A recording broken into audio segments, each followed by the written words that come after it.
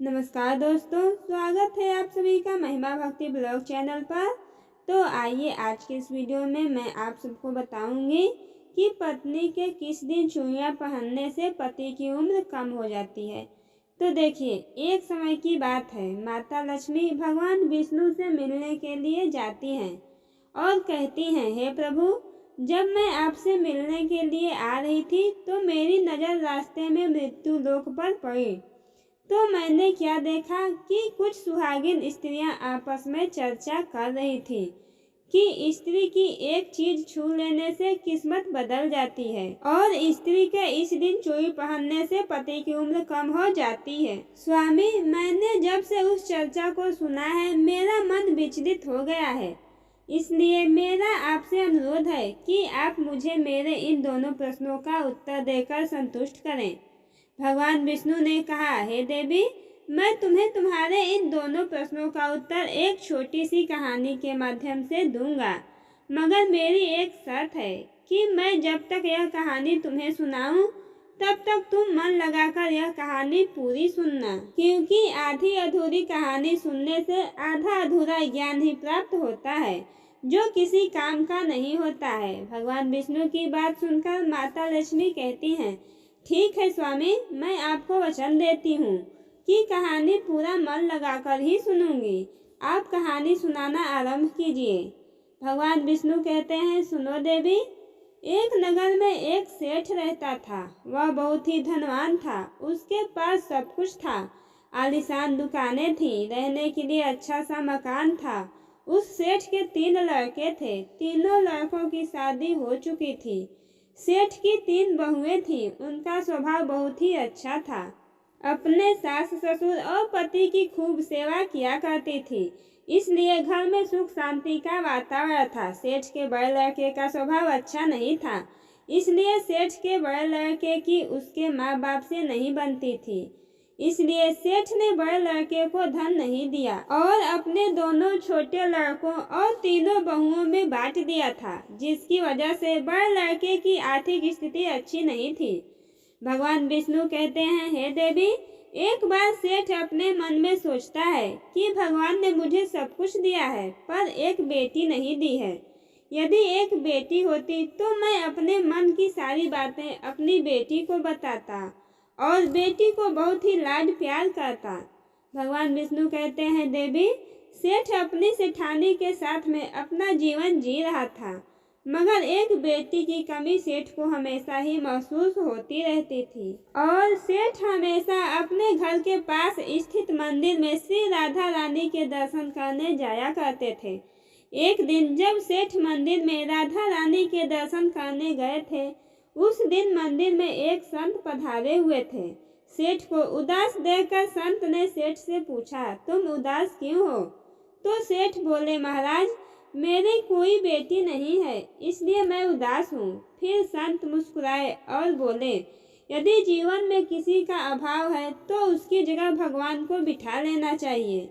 सेठ बोला, महाराज, मेरे तो कोई बेटी नहीं है, तो मुझे क्या करना चाहिए? फिर संत बोले, सेठ, तुम एक काम करो, तुम बरसाने की बेटी श्री राधा रानी को ही अपनी बेटी क्यों नहीं मान लेते हो? तब भगवान विष्णु ने कहा, हे देवी, इस प्रकार उस संत की बात सेठ को बहुत पसंद आई और उसी दिन राधा रानी का एक बड़ा सा चित्र मंगवाया और उसे अपने कमरे में लगा लिया। अब तो सेठ का जीवन पूरा बदल गया। वह उठते बैठते सोते जागते श्री राधा रानी को अपनी बेटी मानकर उनसे बातें करने लगते थे और इतना ही नहीं, सेठ को अपनी बेटी राधा रानी को हर बात बताने में बहुत ही आनंद आता था। इस प्रकार सेठ की राधा रानी से ऐसी लगन लगी कि जब भी वे दुकान पर जाते थे तो श्री राधा रानी को भोग लगाकर प्रसाद पाकर ही जाते थे और शाम को लौटते थे तो राधा रानी को प्रणाम करते और उनसे बातें करते और भोग लगाकर प्रसाद ग्रहण करते थे। भगवान विष्णु कहते हैं कि हे देवी, उस सेठ ने जब से राधा रानी को अपनी बेटी के रूप में स्वीकार किया, तब से सेठ हर समय प्रसन्नचित्त रहता था और जब भी सेठ से कोई पूछता था कि तुम्हारे कितने बच्चे हैं, तो सेठ हमेशा यही कहता था कि मेरे 3 बेटे 3 बहुएं और 1 बेटी है। तब भगवान विष्णु ने कहा, हे देवी, एक दिन सेठ के घर में चूड़ी पहनाने वाली मनिहारिन आई। तो राधा रानी ने सोचा कि आज तो दिन ठीक नहीं है और आज के दिन चूड़ी पहनना शुभ नहीं होता है। इसलिए श्री राधा रानी ने अपनी माया से उस मनिहारिन की चूड़ियों का रंग खराब कर दिया, जिससे सेठ की बहुओं ने चूड़ी नहीं पहनी और मनिहारिन को वापस भेज दिया। उधर जब 2 दिन के बाद में वही मनिहारिन उन चूड़ियों को देखती है तो वे चूड़ियाँ सुंदर हो जाती हैं। फिर मनिहारिन उन्हीं चूड़ियों को लेकर के सेठ के घर वापस आती है। तो सेठ की तीनों बहुएं चूड़ियाँ पहनती हैं और बाद में राधा रानी भी चूड़ियाँ पहनने के लिए प्रकट होती हैं। और जब राधा रानी प्रकट हुई तो मनिहारिन ने जब राधा रानी का स्वरूप देखा तो मनिहारिन उन्हें देखती ही रह गई। फिर राधा रानी मनिहारिन से कहने लगी, मुझे भी चूड़ियाँ पहनाओ। उधर राधा रानी की बात सुनकर मनिहारिन ने मन में विचार किया कि हो सकता है कि सेठ जी के घर कोई मेहमान आए हों, क्योंकि हमेशा तो मैं जब भी इस घर में चूड़ियाँ पहनाने आती थी तो सेठ की केवल 3 बहुएं ही दिखाई पड़ती थी, जो हमेशा से चूड़ियाँ पहनती थी। मगर आज यह चौथी बेटी नजर आई है, लगता है कोई मेहमान होगी। तब भगवान विष्णु कहते हैं कि हे देवी, फिर ऐसा सोचकर उस मनिहारिन ने राधा रानी को चूड़ियाँ पहना दी। अब राधा रानी चूड़ी पहन करके एक ओट में जाकर अंतर ध्यान हो गई और सभी को चूड़ियाँ पहना करके मनिहारिन हमेशा की तरह चूड़ियों का पैसा लेने के लिए सेठ जी की दुकान पर चली गई। फिर मनिहारिन को देखते ही सेठ कहने लगा, लगता है घर पर चूड़ियाँ पहनाने गई थी। तुम हमारी तीनों बहुओं को चूड़ियाँ पहना कर आई हो, यह लो तुम्हारे पैसे। मैं तुम्हें देखकर ही समझ गया कि तुम दुकान पर पैसे लेने के लिए आई हो। और फिर सेठ ने मनिहारिन को हर बार की तरह जितने पैसे देते थे उतने ही पैसे दे दिए। तो मनिहारिन कहने लगी, सेठ जी, इस बार मैंने 3 जनों को नहीं बल्कि 4 जनों को चूड़ियाँ पहनाई हैं, इसलिए अब की बार मैं ज्यादा पैसे लूंगी। भगवान विष्णु कहते हैं, हे देवी, मनिहारिन की बात को सुनकर सेठ कहने लगा, हमारे घर में तो 3 बहुओं के अलावा तो कोई चौथी और है ही नहीं, फिर तुमने चूड़ियाँ किसे पहनाई? तो मनिहारिन कहने लगी, सेठ जी, मैं नहीं जानती, लेकिन मैं तो सिर्फ इतना जानती हूँ कि मैंने तो आपके घर 4 जनों को चूड़ियाँ पहनाई हैं। फिर इस प्रकार मनिहारिन की बात को सुन करके सेठ कहने लगा, ठीक है, पहले तो तुम 3 जनों के पैसे ले जाओ, बाकी के पैसे मैं पहले घर पर जाकर पता करूँगा कि चौथा कौन है जिसे तुमने चूड़ी पहनाई है। तब मनिहारिन बोली, ठीक है सेठ जी, पहले आप घर पर पता कीजिए, उसके बाद मुझे पैसे दे देना। और ऐसा कहकर वह मनिहारिन सेठ की दुकान से चली गई। तब भगवान विष्णु कहते हैं, हे देवी, शाम को सेठ जी जब घर पर पहुँचे तो उन्होंने घर पर मनिहारिन के बारे में पूछा। उनकी बहुओं ने कहा कि केवल हम तीनों ने ही चूड़ियाँ पहनी थी। तो सेठ कहने लगा, यही बात तो मैंने मनिहारिन को काफी समय तक समझाई कि हमारे घर में केवल 3 ही लोग हैं, चौथा और कोई नहीं है जिसे तुमने चूड़ियाँ पहनाई। मगर वह मनिहारिन यह बात मानने के लिए तैयार ही नहीं थी और बार बार उसका यही कहना था कि मैंने 4 जनों को चूड़ियाँ पहनाई हैं। भगवान विष्णु कहते हैं, हे देवी, इस प्रकार सेठ सारी बात भूल गया और अपने नित्य काम में लग गया। सेठ राधा राधा बोलते बोलते श्री राधा रानी को भोग लगा करके भोजन करके सो गया। और जब सेठ को नींद आ गई तो सेठ के सपने में राधा रानी प्रकट हुई और उनकी आंखों में आंसू थे। सेठ ने पूछा, बेटी उदास क्यों हो? तो श्री राधा रानी बोली, पिताजी, आज मेरा मन बहुत दुखी है। मैंने अपने पिता का घर समझ करके यहाँ आराम से चूड़ियाँ पहनी थी, परंतु पिताजी आपने उस मनिहारिन को चूड़ियों का मोल नहीं चुकाया। पिताजी, आपने मुझे बेटी तो बना लिया, परंतु आपको मेरी याद नहीं आई, आपने मुझे भुला दिया, इससे मैं बहुत दुखी हूँ। तब फिर भगवान विष्णु कहते हैं, हे देवी, फिर इतना सुनकर सेठ सपने में रोते हुए बोला, बेटी मुझे क्षमा कर दो, मुझसे बहुत बड़ी भूल हो गई। और सेठ तुरंत ही नींद से उठ खड़ा हुआ और उसकी आंखों में आंसुओं की धारा बह रही थी। सेठ ने तुरंत ही तिजोरी से पैसे निकाले और मनिहारिन के घर की तरफ चल दिया। सेठ ने मनिहारिन के घर का दरवाजा खटखटाया। मनिहारिन ने दरवाजा खोलकर देखा तो सेठ जी खड़े थे। तब मनिहारिन कहने लगी, सेठ जी इतनी रात को आपका कैसे आना हुआ? और फिर मनिहारिन सेठ को अपने घर के अंदर ले गई और सेठ के आंखों में आंसू थे। फिर सेठ मनिहारिन से कहने लगा, तुम्हारे जैसा बड़ा भागी कोई नहीं है, तुम तो बहुत ही भाग्यशाली हो।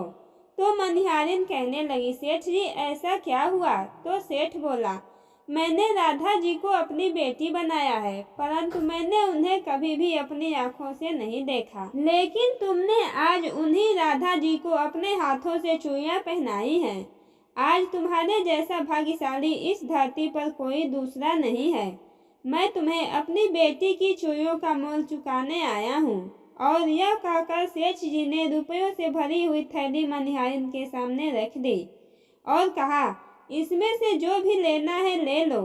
तब भगवान विष्णु कहते हैं कि हे देवी, जब मनिहारिन ने सुना कि स्वयं राधा रानी उनसे चूड़ियां पहनने आई थी तो मनिहारिन की आंखों से भी आंसुओं की धारा बहने लगी और मनिहारिन बोली, सेठ जी मैं राधा रानी की चूड़ियों के पैसे कैसे ले सकती हूँ?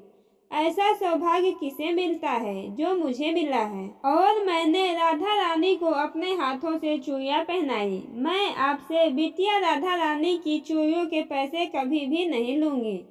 भगवान विष्णु कहते हैं, हे देवी, परंतु सेठ नहीं माना। सेठ ने रुपयों से भरी हुई थैली मनिहारिन के घर पर रख दी और वहां से सीधे घर आए और अपनी पत्नी को लेकर के श्री राधा रानी के मंदिर में चले गए। और उस दिन के बाद से सेठ जी ने अपना सब कुछ छोड़ करके संन्यास ले लिया और अपना शेष जीवन राधा रानी के मंदिर में राधा जी की सेवा भक्ति करते हुए बिता दिया। भगवान विष्णु कहते हैं, हे देवी, इधर सेठ मंदिर में राधा रानी की भक्ति में खो जाता है और अपनी पत्नी के साथ में मंदिर में रह करके राधा रानी की भक्ति करने लगता है।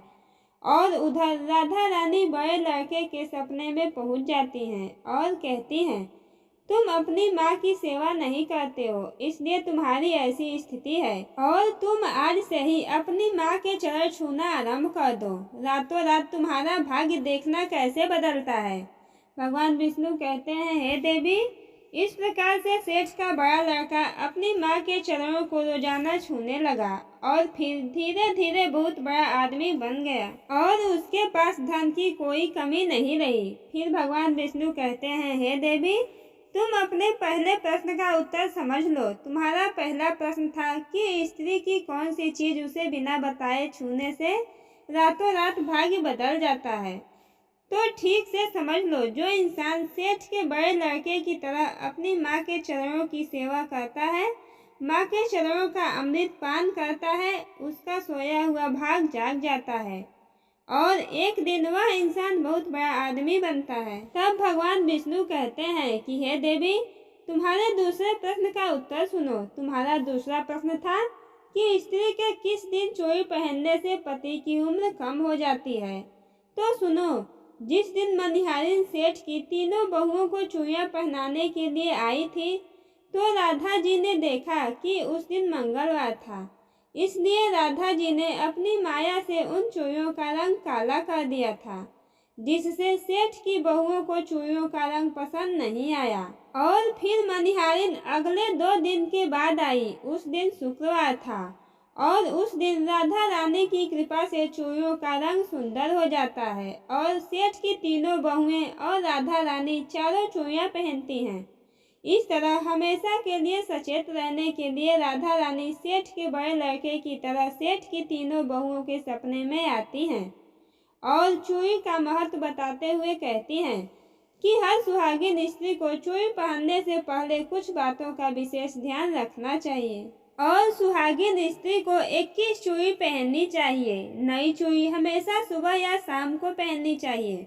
नई चूड़ी हमेशा रविवार या शुक्रवार को ही पहननी चाहिए। इस दिन पहनने से पति की उम्र बढ़ती है। चूड़ी मंगलवार और शनिवार को ना तो खरीदनी चाहिए और ना ही पहननी चाहिए, इससे पति की उम्र कम होती है। और चूड़ी 16 श्रृंगार में से एक होती है, इसलिए जब भी चूड़ी पहने तो सोच समझकर ही पहननी चाहिए। तो दोस्तों, हमारी ये वीडियो आपको अच्छी लगी हो तो वीडियो को लाइक और हमारे चैनल महिमा भक्ति ब्लॉग को सब्सक्राइब करें और अपने दोस्तों के साथ शेयर करें और कमेंट बॉक्स में जय राधा रानी जरूर लिखें।